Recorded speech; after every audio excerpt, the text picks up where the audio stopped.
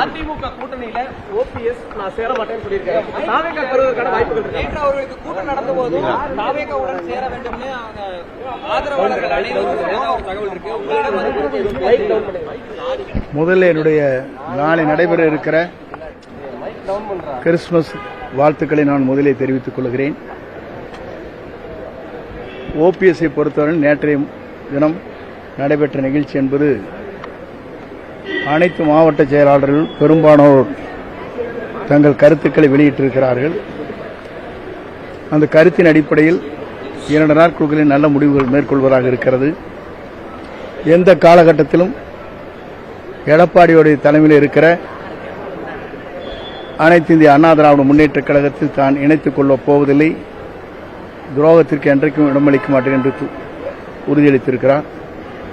ஆகவே விரைவில் நல்ல முடிவுகளை மேற்கொள்வார். காங்கிரஸ் தமிழக வெற்றி கழகத்தில் சேருவதற்கான வாய்ப்பு அதுபோன்ற கருத்துக்கள் இப்போது இல்லை. நேற்றைய தினம் நடந்த ஒரு கிறிஸ்துமஸ் விழாவில் அவங்க மூத்த நிர்வாகிகள் கிட்டத்தட்ட விரைவில் ஒரு நல்லது நடக்கும், இணைய வேண்டிய இடத்தில் இணைவோம் அப்படிங்கிற ஒரு கருத்தையெல்லாம் பேசுகிறாங்க. அதுதான் இந்த மாதிரியான கருத்துகளுக்கு இணைய வேண்டிய இடத்தில் இணைவோம். அவர் தெளிவாக ஈரோடு மாவட்டத்தில் நடைபெற்ற நிகழ்ச்சியில் தெளிவாக சொல்லியிருக்கிறார்கள். 2 கருத்து. கொள்கை ரீதியாக நாங்கள் யாரை எதிர்க்கிறோம் என்பது மக்களை கோஷமிட்டார்கள். அதே நேரத்தில் துரோகம் என்பது அந்த இயக்கத்தை எப்படி இருக்கிறது என்பதை அதையும் வெளியிட்டார்கள். ஆகவே 2 கருத்துக்களும் தெளிவாக உங்களுக்கு இருக்கிறது. அதே தான் அது பொருந்தும். ஜெயலலிதா மற்றும் எம்ஜிஆர் அவர்களுடைய தொண்டர்கள் முழுமையா விஜயின் பக்கம் வந்துருவாங்க நினைக்கிறேன். நம்புறீங்களா? என்னை பொறுத்தவரையிலும் இந்த பொங்கல் முடிந்து அதற்கு பிறகு நீங்கள் ஒரு திருப்புமுனையை பார்க்கலாம். நீங்கள் மூத்த அரசியல் தலைவராக இருந்து நீங்க தொடர்ந்து செயல்பட்டு இருக்கீங்க. ஒவ்வொரு முறை கிறிஸ்துவாவே பேசும்போது அடுத்தது என்ன அப்படிங்கிற கேள்வி இருக்கு. இல்ல அடுத்தது இல்லைங்க, என்ன மாதிரி விஷயங்கள் இருக்கு?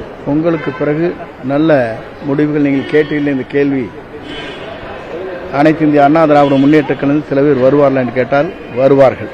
இதே போல தமிழக வெற்றி கழகம் திமுக தீய சக்தி அப்படிங்கிறாங்க. ஆனா பாஜகவை எந்த குற்றச்சாட்டும் சொல்றாங்க. பாஜக பொறுத்தவரை கொள்கை ரீதியாக நாங்கள் இருக்கிறோம் என்று சொல்லியிருக்கிறார். அதை பார்க்கவில்லையா? ஈரோட்டில் நடைபெற்ற நிகழ்ச்சி இப்படி ஒரு கேள்வி அப்படி ஒரு கேள்வி கேட்டாங்க, பாத்தீங்களா இல்லையா? 2 கொஸ்டின்ஸ். இல்ல அதை பொறுத்தவரையிலும் அவர் தெளிவாக இன்றைக்கு முடிவு சொல்லியிருக்கிறார். பொதுக்கூட்டத்தில் பேசுகிற போது தெளிவாக அந்த முடிவுகளை தெளிவுபடுத்தி இருக்கிறார்.